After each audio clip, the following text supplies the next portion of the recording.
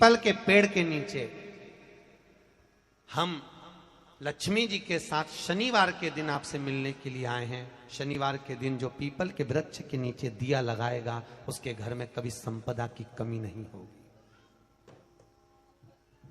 सारे दिन पीपल के वृक्ष के नीचे हमारा निवास होगा।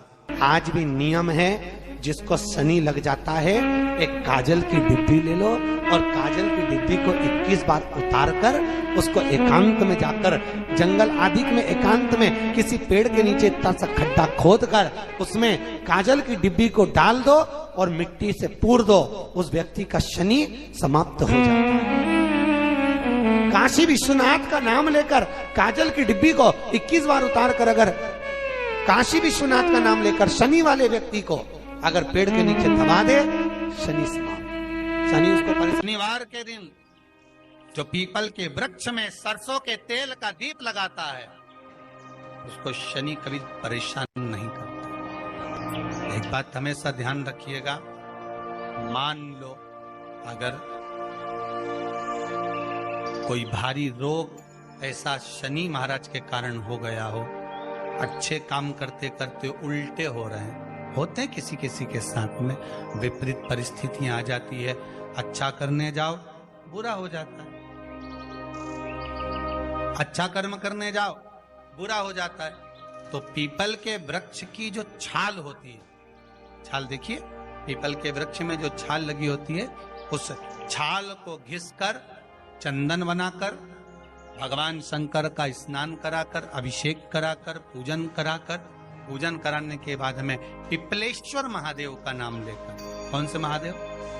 पिपलेश्वर महादेव का नाम लेकर वो जो घिसी हुई छाल होती है उस छाल का तिलक भगवान शंकर को लगा लो और उसी का थोड़ा सा भाग अपने कंठ पर मस्तक पर लगाना प्रारंभ कर दो। धीरे धीरे जो विपरीत दशा है वो सुधरना प्रारंभ हो जाती है। पर नाम याद रखना, पिपलेश्वर, जम के बोलिए, पिपलेश्वर महादेव।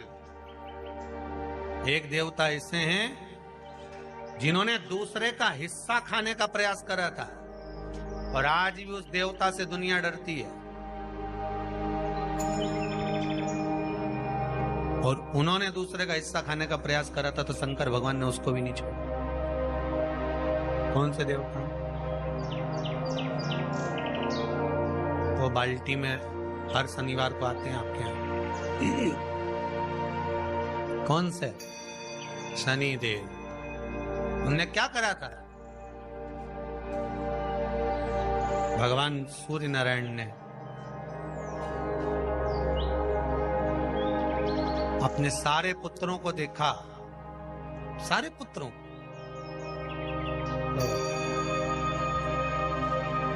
सारे पुत्रों को देखकर आज मेरे सूर्य नारायण भगवान बड़े सुखी, बड़े प्रसन्न। मेरा पुत्र शनि भी श्रेष्ठ है, मेरा पुत्र यम भी श्रेष्ठ है, सब ठीक है। आज भगवान सूर्य देवता ने अपने पुत्रों को बुलाकर कहा, आज मेरा मन कर रहा है कि मैं सारे लोगों का राज्य अपने पुत्रों को बांट दूं, सबको अपना अपना हिस्सा दे दूं। शनि महाराज जी को भी हिस्सा दे दिया गया। अब जब शनि महाराज जी को हिस्सा दे दिया तो शनि महाराज जी संतुष्ट नहीं हुए। दुनिया में ऐसे लोग बहुत सारे हैं जो संतुष्ट बहुत कम हो पाते हैं। शनि देव के मन में संतुष्टि नहीं हुई। जब शनि देव के मन में संतुष्टि नहीं हुई तो शनि महाराज उसी समय पर अपने सारे भाइयों का हिस्सा बटोरने लगे, उस पर कब्जा करने लगे। कब्जा करने लगे तो सूर्य देवता की आंख में जल भर गया। कितना तेजवान सूर्य नारायण, कितने तेजवान, कितना तेज भगवान सूर्य के पास में था।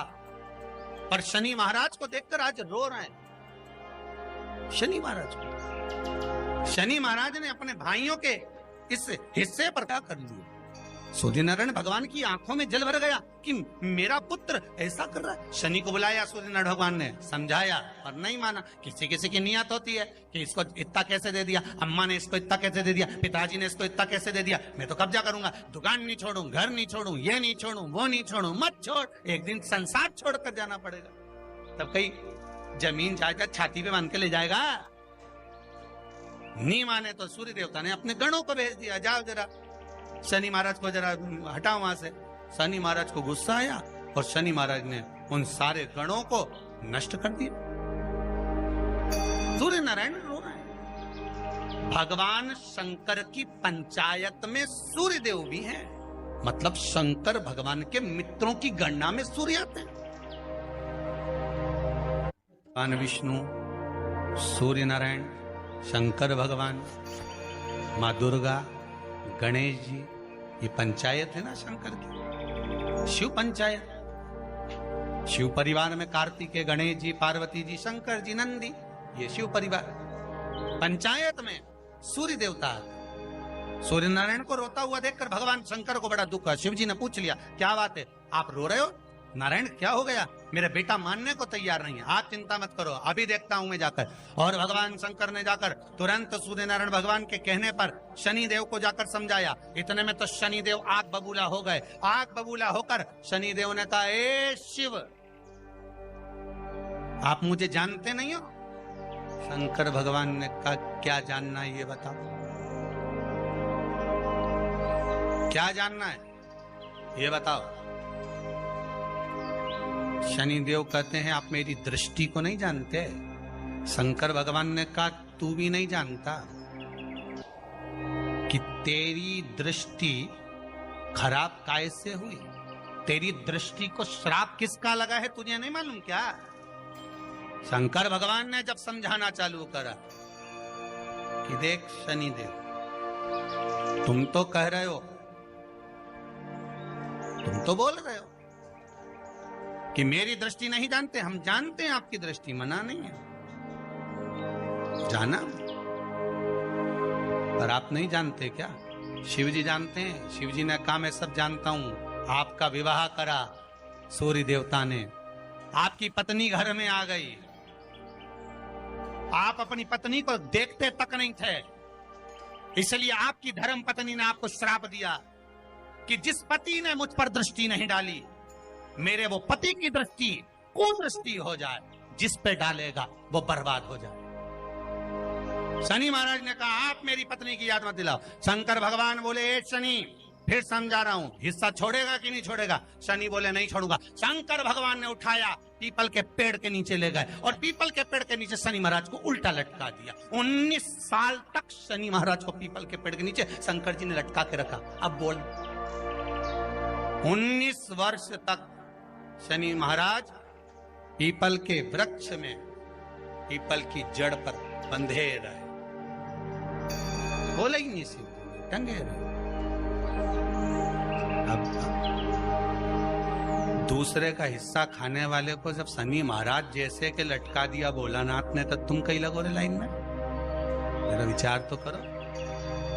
19 वर्ष तक शनि महाराज लटके रहे, तब 19 वर्ष नेत्र बंद कर कर शनि महाराज ने शंकर की आराधना करी कि दुनिया में कोई ऐसा नहीं जो मुझे उल्टा लटका दे, केवल एक यही है जिनने मुझे लटकाया है। तो 19 वर्ष तक तप करा तो शंकर जी प्रसन्न हो गए। धरनी को हटाकर पार्वती को लाए, साथ में आशीर्वाद दिया, शनि महाराज को खोला। वर मांगो, तुम्हें क्या चाहिए, मांगो तुम्हें क्या चाहिए।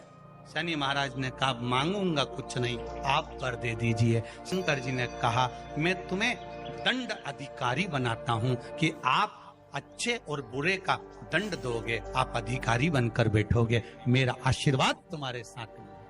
दंड अधिकारी। भगवान शंकर का एक अवतार है पिपलाद अवतार। पिपलाद अवतार, जब दधीचि ऋषि की अस्थियां चली गई, उनकी धर्मपत्नी सुवाच ने देखा मेरे पति को मार दिया गया, मेरे पति की अस्थियां ले गए राक्षसों का संहार करने के लिए, उनकी अस्थियां लेकर चले गए, मेरा पति चले गया। सुवाच गर्व से थी, मरना चाहती थी, प्राण छोड़ना चाहती। शिव जी ने देखा ये तो अग्नि के ऊपर चढ़कर अपनी देह त्याग रही है। शंकर भगवान ने आकर कहा, रुक जा सुभाष, रुको, तुम्हारे गर्भ में बच्चा है, तुम्हारे गर्भ में बच्चा है, वो बच्चा मर जाएगा। अब इस बच्चे को जन्म देकर भी क्या करूं? नहीं पिता, तुम्हारे गर्भ में जो बच्चा है वो महाज्ञानी है। तुमने मुझसे प्रसाद के रूप में मांगा था, कहा था शिव जैसा पुत्र होना चाहिए, तो क्या तुम शंकर को नष्ट कर दोगे? मैं शंकर को जन्म दूंगी। सुभाष ने 2 पत्थर उठाए, अपने गर्भ पर मारना प्रारंभ करा। गर्भ पर मारा, बच्चे ने जन्म लिया। बच्चा 7 महीने का था। उस बच्चे को उठाकर पीपल के कोटर में रख दिया। पीपल की कोटर। एक गिलहरी पीपल के फल को लेकर आती थी, पिपलाद के मुंह में देती थी। शिव का एक, इसलिए शंकर का नाम ही पिपलेश्वर महा। शिव का एक अवतार पिपलाद के रूप में हुआ है। तुम क्यों चिंता करती हो? तुम चिंता मत करो, तुम्हारा पुत्र जन्म दो तुम। और दिया धन सुभाष ने, उसके बाद प्राणों को त्यागा। और उस पीपल के कोटर में अगर भरण पोषण करने वाला कोई था तो वह देवाधिदेव महादेव था। फिर निवेदन करेंगे, माता के गर्भ में बच्चा रहता है, उसका भरण पोषण करने वाला मेरा देवाधिदेव महादेव है। अगर जन्म उसने दिया है तो मृत्यु भी वो देगा। अगर तुमको कुछ ज्ञान दिया है तो अच्छी जगह पर भी वही पहुंचाएगा। आप जो अभिलाषा लेकर आते हैं, बच्चे कहते हैं हमारी नौकरी नहीं है, सर्विस नहीं है, हम इस कॉलेज में पढ़ना चाहते हैं, हम इस जगह जाना चाहते हैं, हम इस पद पर जाना चाहते हैं, बस इतना याद रखना, तुम्हारा भाग्य बुरा नहीं होता। कभी भी याद रखना, संसार में जिसको भगवान ने जन्म दिया उसकी किस्मत कभी बेकार नहीं हो सकती। अगर भगवान तुम्हारी किस्मत बेकार होती तो जानवर बनाकर पैदा करता, इंसान बनाकर नहीं। किस्मत अच्छी थी इसलिए इंसान बनकर पैदा, जानवर बनाकर पैदा नहीं करा। अगर तुम्हारी किस्मत अच्छी थी इसलिए मनुष्य बनकर पैदा हुए हो, इंसान बनकर पैदा हुए हो, मानव बनकर पैदा हुए हो। भगवान को दोष मत देना कि भगवान ने किस्मत बेकार दी है। भगवान ने किस्मत अच्छी बनाई है इसलिए तुझे मृत्यु लोक में जन्म दिया। भगवान ने भाग्य अच्छा बनाया इसलिए तुझे शिव महापुराण की कथा सुनने का मौका दिया। नहीं तो भाग्य में नहीं होती तो कहां से मिल जाती? किस्मत अच्छी है तो भगवान नौकरी भी लगाएगा, धंधा भी करवाएगा, सर्विस भी कराएगा, विवाह भी करेगा, शादी भी करेगा, मकान भी बनाएगा, जायदाद भी देगा, संतान भी देगा। उसने दिया है पेट तो भरेगा वही। हम काय को अपने माथे पर ले? मैंने इतनी पढ़ाई कर ली, मैं इंजीनियर हो गया, मैं ये बन गया, मैंने तो ये कर लिया, उसके बाद भी मैं घर में बैठा हूं, मेरा छोरा घर में बैठा, इतना पढ़ने के बाद बैठा। जन्म उसने दिया है, भाग्य उसका है, किस्मत उसकी है, तो कहो उसको कि शंकर का भजन कर, मंथन करे, मक्खन निकलेगा और घी भी जरूर बने। हारना मती। जब तेरे 3.5 करोड़ बार गिनती मत करना, गिनती वो करेगा। तू तो भज, तू कुबेरेश्वर का स्मरण कर, तू महाकाल का स्मरण कर, तू काशी विश्वनाथ का स्मरण कर, तू महाकाल राजा का स्मरण करके तो देख। शिव का भजन कर, 1 लोटा पानी ले जाकर रोज चढ़ा शंकर जी के मंदिर में जा। शिव से भजन करने में क्या देरी? नहीं जा सकता शिव मंदिर में जाने में? बच्चों को अगर शर्म आती हो तो बेलपत्री के पेड़ के नीचे पानी चढ़ाया, वो भी नहीं कर सकता तो पीपल के पेड़ के नीचे चढ़ाया, वो भी नहीं कर सकता तो आंवले के पेड़ के नीचे चढ़ाया। पर कहीं जुड़ तो सरी, एक बार साध तो सरी, पकड़ने का प्रयास तो करो परमात्मा।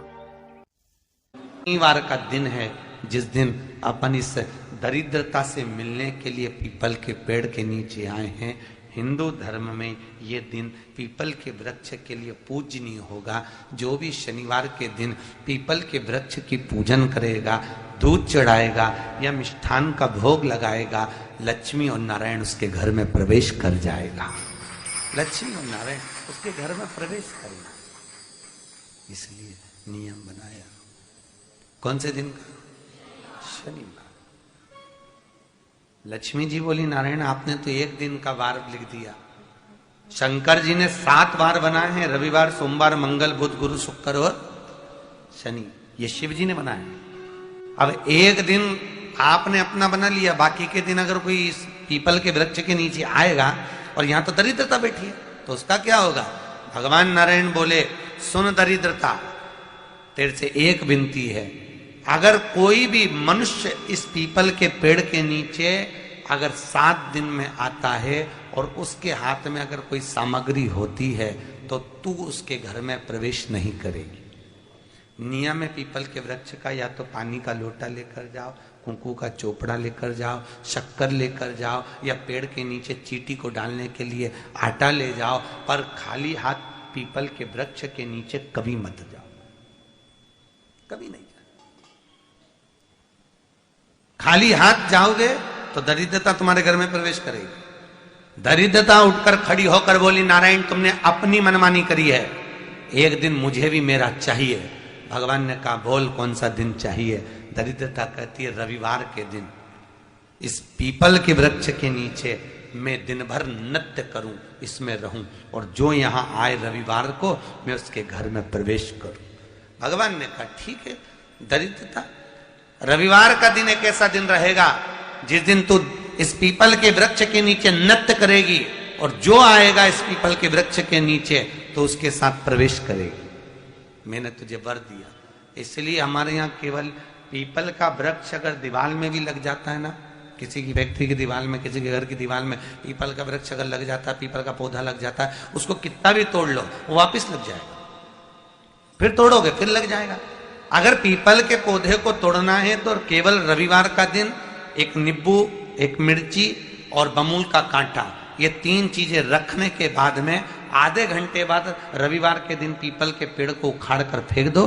दूसरी बार कभी पीपल दीवार में लगता ही नहीं, कभी नहीं लग सकता। केवल एक रविवार का, केवल एक संडे, इतवार का।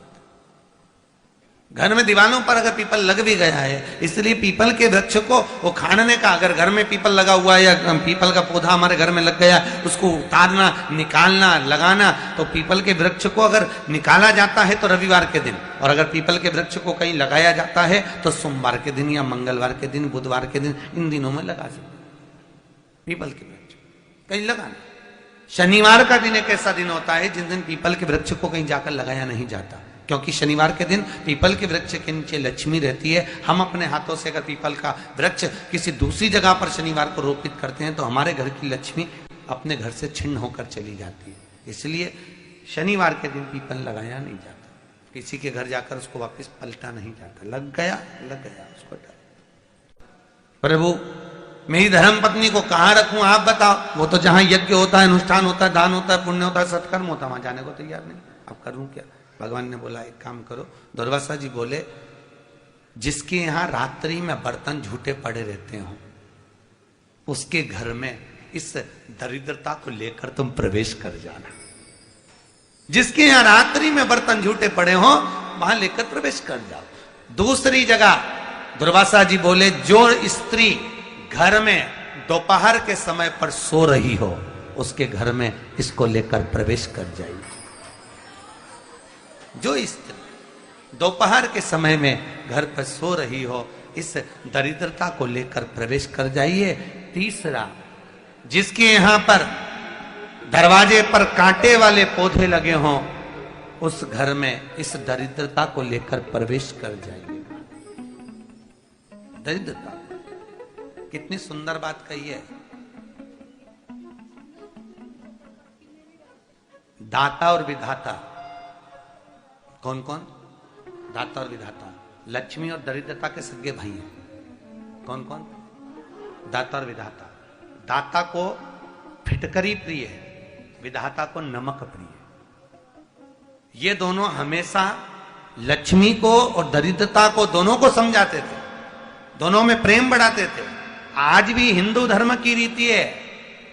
यहां तो ठीक है, जिसके यहां पर भी अगर थोड़ी सी भी परेशानी होती है, थोड़ा सा क्लेश होता है, अशांति होती है, लक्ष्मी नहीं टिक रही हो, काम नहीं बन रहे हो, बहुत प्रयास करा जा रहा हो और हमारा कार्य नहीं होता, तो क्या करते हैं? फिटकरी और नमक को पानी में डाल देते हैं और घर में पोछा लगा देते हैं। आप लोगों ने आजकल फेसबुक पे भी पढ़ा होगा, व्हाट्सएप पे भी पढ़ा होगा। तो क्यों लिखा उसमें? उसका कारण ही केवल होता है कि दाता और विधाता की प्रियता उसमें।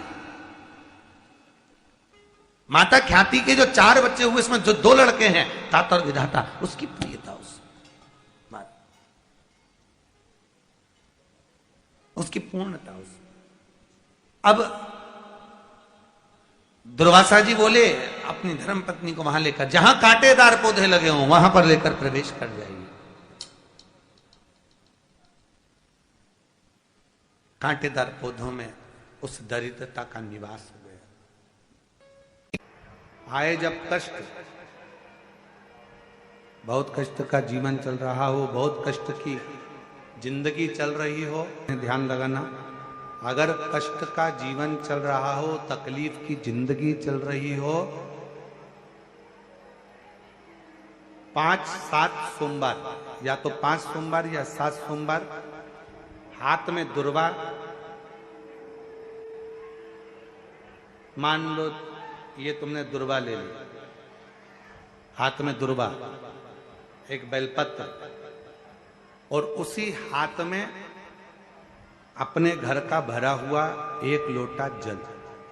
पहले रखना है दुर्वा, फिर रखना है बेलपत्र, उसके बाद में हाथ में 1 लोटा जल, और दोनों हाथों का स्पर्श करते हुए जो अपना पूजन का कक्ष होता है घर के अंदर का, उस पूजन कक्ष की साक्षी में खड़े होकर अपने कुल देवता, पितृ देवता और अन्य देवताओं का स्मरण करते हुए, बाबा बहुत दुखी हूं, बहुत तकलीफ में हूं, बहुत कष्ट में हूं, मेरा परिवार आज दुख तकलीफ में है, मेरा परिवार आज कष्ट में है, दुख में है, कष्ट में है।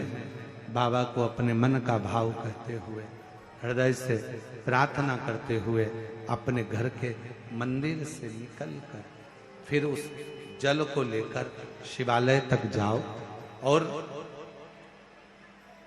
दक्षिण की ओर खड़े होकर उत्तर की ओर मुख कर कर जल समर्पित करो। बेलपत्र और दुर्वा दोनों को अशोक सुंदरी वाली जगह पर चढ़ा दीजिए। अशोक सुंदरी की जगह तो सबको मालूम है ना। अशोक सुंदरी वाली जगह पर उस बेलपत्र और दुर्वा को समर्पित कर दो। चढ़ा हुआ थोड़ा सा जल लेकर आओ, घर के दरवाजे पर उसका छींटा दे दो, लेपन कर दो, और बाबा से 5 सोमवार नियम से आप दुर्वा, बेलपत्र और जल का प्रयोग अगर करोगे, 5 सोमवार पूर्ण होंगे। जो तुम्हारा दुख है वो समाप्त जरूर होगा। शिव करुणा जरूर, शिव कृपा जरूर। बस इसमें 3 चीजों का स्मरण रखिएगा। 3 चीजों शिव पुराण कर रही है, इसमें 3 चीजों का स्मरण करिए।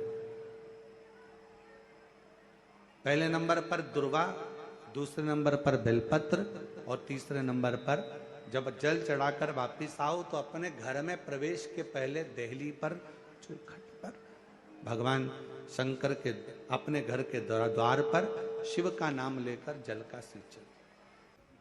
3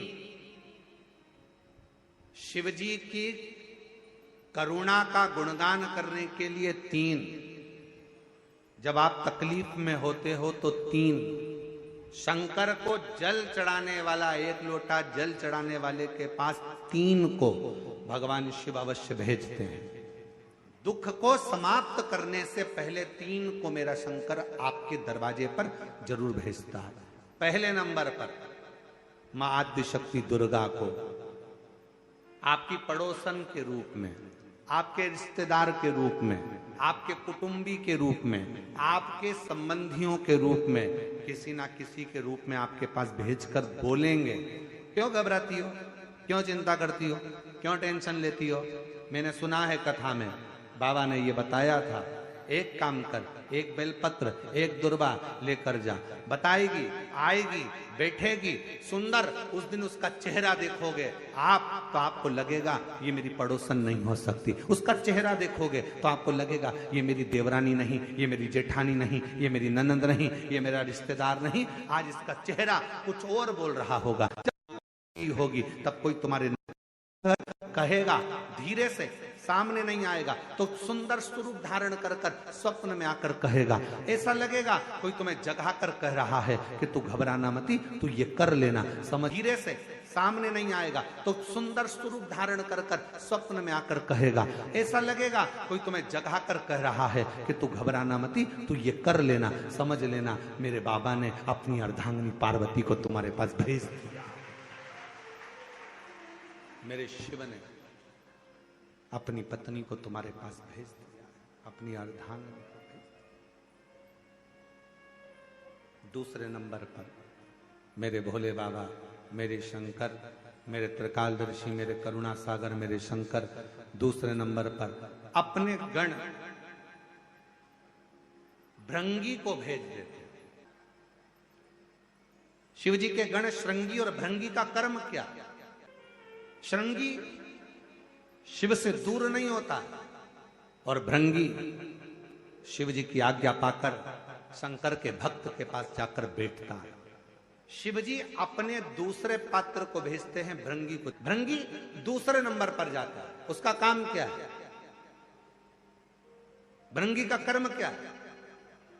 तो कहा भृंगी कभी भी सामने अपने प्रतिबिंब से नहीं आता, किसी का स्वरूप धर कर नहीं आता। भृंगी आपके हृदय में आकर भीतर से बोलने का प्रयास करता है। ये काम गलत हो रहा है, इसको रोक ले। तेरा मन से अंदर से बोलने का प्रयास करेगा, एक काम कर, तू वहां चले जा, ऐसा हो सकता है, तू ऐसा कर ले, तू वैसा कर ले। वो बताने का प्रयास करेगा, वो आपको ले जाने का प्रयास करेगा, उस तक ले जाने का प्रयास करेगा कि ये कर्म कर, ये कर्म कर।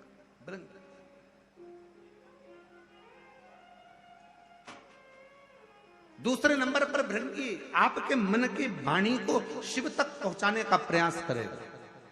और तीसरे नंबर पर भगवान शंकर अपने भक्त का दुख हरने से पहले तीसरे नंबर पर भेज देते हैं अपने नंदीश्वर को, अपने नंदी गण को मेरे शिव भेजते हैं। नंदी का काम क्या है? जैसे ही नंदी आता है, कोई व्यक्ति के रूप में, किसी रूप में, किसी फोन के रूप में, किसी कॉल के रूप में, किसी पत्र के रूप में, किसी मैसेज के रूप में, जब नंदी तुम्हारे घर में प्रवेश करता है तब वो तुम्हारे रास्ते को क्लीन कर देता है, रास्ते को साफ कर देता है, उसको मार्ग को प्रशस्त कर देता है। आप दिल से उससे कहो, जहां तार ना जुड़े। कोई कई जगह कहे ना, अभी हमने कहा कि हमारे बच्चे कहे यहाँ पर सिग्नल मिल रहा है, कोई कहे वहां सिग्नल मिल रहा है। अगर सारी दुनिया से हार गए तो फिर एक जगह पर जाकर सिग्नल मिलाना।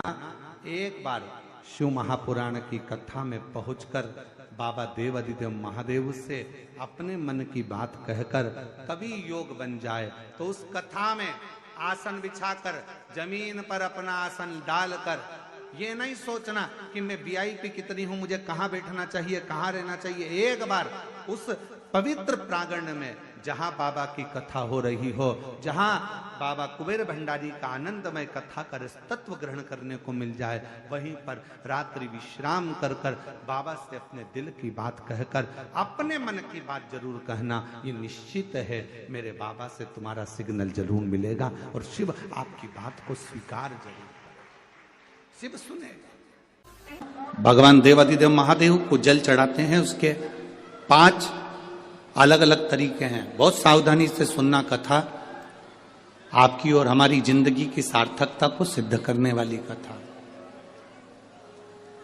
आज पंजाब की इस पवित्र भूमि पर अगर यह प्रसंग निकला है तो इसको आप अगर सुनेंगे तो आपका जीवन सार्थक होगा। शिव जी को 5 तरह से जल चढ़ाने का तरीका है। जैसे पंचामृत होता है, दूध, दही, शहद, घी, शक्कर, ये सब पंचामृत के अंतर्गत आते हैं। उसी तरह शंकर जी को 5 तरह से जल चढ़ाने का क्रम वर्णित किया गया। अब उसको समझेंगे, बहुत सावधानी से समझिएगा। पहला, जल लेकर आए, सीधे डायरेक्ट शंकर भगवान के शिवलिंग पर चढ़ा दिया। यह प्रथम जल का चढ़ाने का तरीका। दूसरा, जहां से पानी बहकर जाता है, जहां से जल बहकर जा रहा है, उसके ठीक विपरीत जल उत्तर में जा रहा है, आप दक्षिण में खड़े होंगे और दक्षिण में खड़े होकर उत्तर की ओर मुख करेंगे और शिव जी को जल समर्पित करेंगे। ये रोग मुक्ति करने वाला है और हमारे रोग पर हमें विजय प्रदान करने वाला है। ये जल चढ़ाने का तरीका। एक सीधे मंदिर में गए, लोटा भर कर जल उठाया, शिव जी को चढ़ा दिया। दूसरा जल, जहां से पानी बहता है, शिव जी का चढ़ा हुआ जल जहां से बहकर जाता है, उसके ठीक विपरीत में शिव जी का जल इधर जा रहा है तो तुम यहां खड़े हो, तुम यहां बैठो, यहां मत बैठना, यहां मत बैठना, इधर बैठो। अगर रोग का निवारण है तो यहां बैठकर। तीसरा, अशोक सुंदरी से जल चढ़ाते चढ़ाते शिवलिंग तक लेकर जाना और शंकर भगवान के शिवलिंग पर पूर्ण जल समर्पित करना। ये तीसरा तरीका, ये कार्य की सिद्धता के लिए। हम जब किसी से आस न लगाकर परमात्मा से विनती करते हैं तो वो विनती करने का तरीका। तीसरा। चौथा, शिव जी पे चढ़ा हुआ जल 5 जगह पर समर्पित करना। गणेश जी, कार्तिकेय, अशोक सुंदरी, शिवलिंग और जलाधारी। ये चौथा क्रम है। जब जिस नारी का, जैसे मेरा नाम मोनिका है, मेरे पति का नाम संजय सिंह है, मैं दिल्ली स्वरूप नगर के निवासी हूं, मेरा फोन नंबर ये है। कहीं बैठी हैं? मैं बाबू को लाए हैं क्या? नहीं लाए? ठीक है, मैं प्रणाम करने के लिए लाई हूं। गुरुदेव, बाबा बाबा है। बैठी है बहन। शिव तत्व है। एक जल चढ़ाने का तरीका, शिव जी को हम जो जल चढ़ाते हैं उसका एक तरीका भी हमारी जिंदगी में अगर हमने उसको स्मरण में रख लिया तो हमारी कार्य की सिद्धता को सिद्ध कर देता, हमें सफलता की ओर लेकर चले जाता है। सीधे जल चढ़ाना, दक्षिण में बैठकर उत्तर की ओर मुख कर कर जल चढ़ाना, अशोक सुंदरी से लेकर शिवलिंग तक जल चढ़ाना, 5 स्थान पर गणेश, कार्तिकेय, अशोक सुंदरी, जलाधारी, शिवलिंग पर जल चढ़ाना 5 स्थान पर। ये चौथे नंबर का। और 5वां जल समर्पित करना।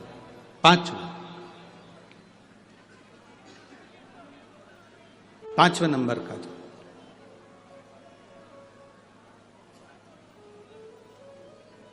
शिव जी को 5म नंबर का जो जल आता है, जो जलाधारी है, ऊपर जिसमें पानी भरा रहता है और नीचे एक एक बूंद टपकता रहता, जलाधारी में जल समर्पित कर कर उसी जल को बचाकर अशोक सुंदरी वाली जगह पर थोड़ा सा चढ़ाकर उसी में से जल शिवलिंग पर जब हम समर्पित करते हैं तो हम जिस कार्य के लिए जा रहे हैं वो कार्य सफल